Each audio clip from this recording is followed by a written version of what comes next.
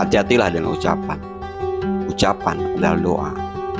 Itulah yang selalu orang tua saya pesankan. Sebuah kata bisa membuat kita dikagumi, dihormati, dipercaya orang. Tapi kata-kata juga bisa membuat kita dijauhi, dibenci, dihina, atau bahkan mungkin disingkirkan. Ada sebuah pepatah Jepang mengatakan, sebuah lidah panjangnya 3 inci, tapi dapat membunuh orang yang tingginya 6 kaki.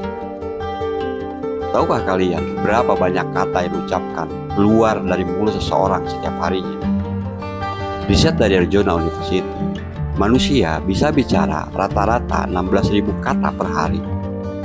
Dan menurut Loan Bergendin dalam bukunya The Female Brain mengatakan bahwa wanita berbicara sekitar 20.000 kata per hari, sedangkan laki-laki hanya 7.000 kata per hari. Lalu pertanyaannya, dalam satu hari, apa yang kamu ucapkan dengan kata-kata itu? Lebih banyak berkata positif atau sebaliknya, banyak berkata yang bersifat negatif? Ada peribahasa Sunda mengatakan, "Ade goreng ku basah."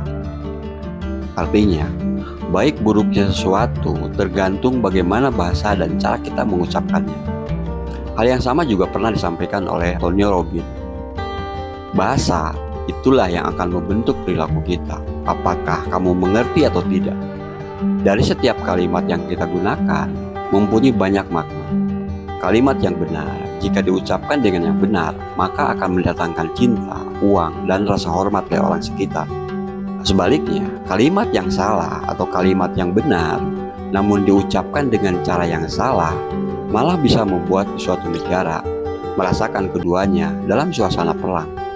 Kata-kata yang terucap dari bibir orang-orang di sekitar kita memiliki banyak makna dan dampak yang luar biasa dalam kehidupan kita.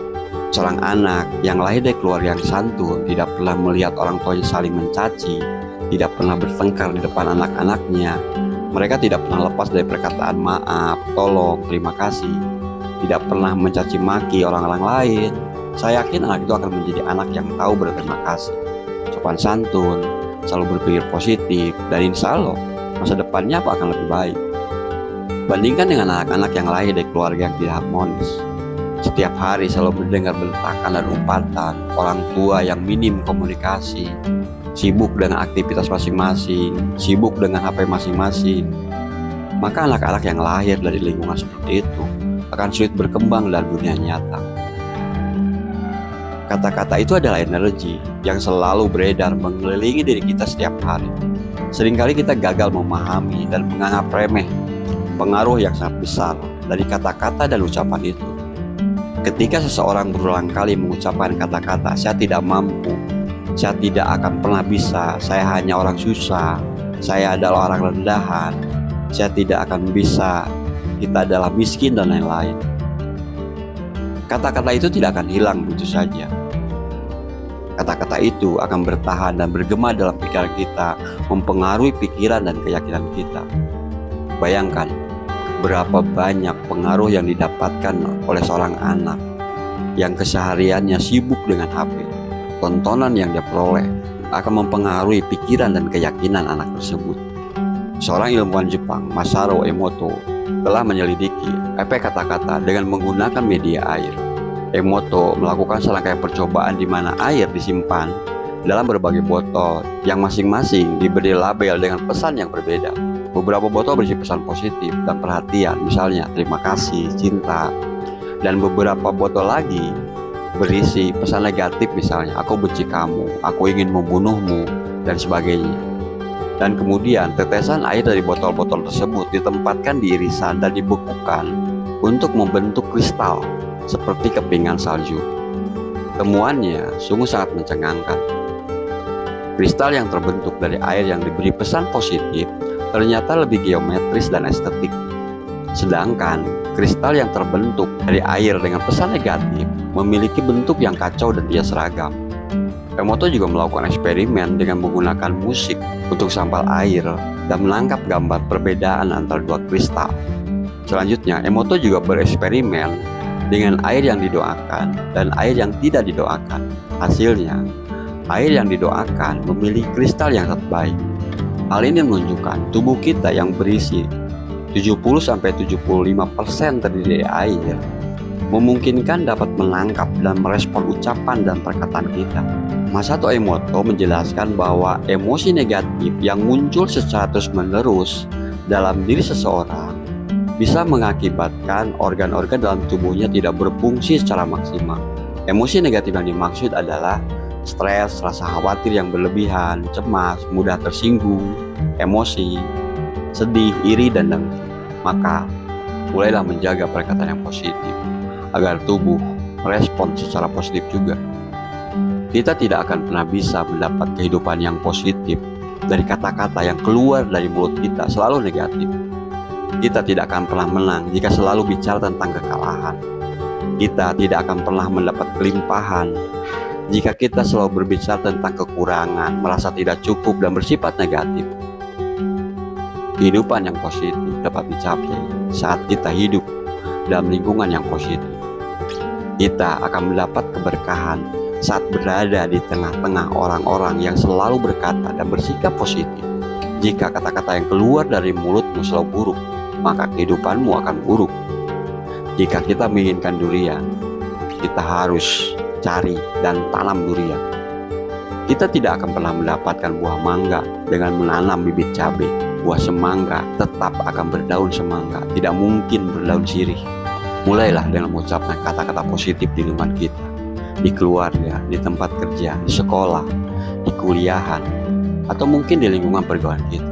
Kalau perlu, tempelkan di dinding kamar, berisi kata-kata positif yang bisa membangkitkan semangat kita, rasa syukur kita, keberkahan dan kebahagiaan. Dan hindari sejauh mungkin lingkungan beracun yang penuh dengan kata-kata yang tidak membangun, gibah, cacian, makian. Saat mendapatkan sesuatu yang tidak sesuai, berpikirlah untuk berkomentar negatif. Berhentilah menebar kebencian di media sosial, lingkungan pergaulan, pekerjaan.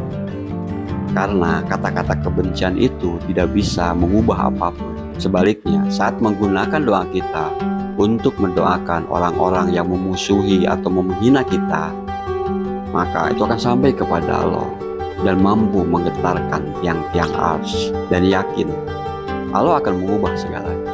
Bangun kesadaran dan kepercayaan diri. Susun ulang pikiran bawah sadar kita. Alam bawah sadar kita akan merekam apa yang kita pikirkan dan kita ucapkan. Pikiran bawah sadar tidak bisa membedakan mana yang baik dan mana yang tidak. Ia akan selalu mencatat apa yang kita pikirkan dan kita ucapkan. Ia hanya menerima apa yang kita katakan, dan itulah yang kita yakini. Kata-kata itu terucap, maka akan tetap menjadi energi dan mempunyai pengaruh dalam jangka waktu yang lama. Ketika Anda marah, kesal, putus asa, tidak puas, pilih diam, tidak mengucapkan satu kata pun. Saat dihadapkan pada masalah atau terjebak macet misalnya, jangan mengeluh. Saat berinteraksi dengan orang lain, pilihlah percakapan yang membangun.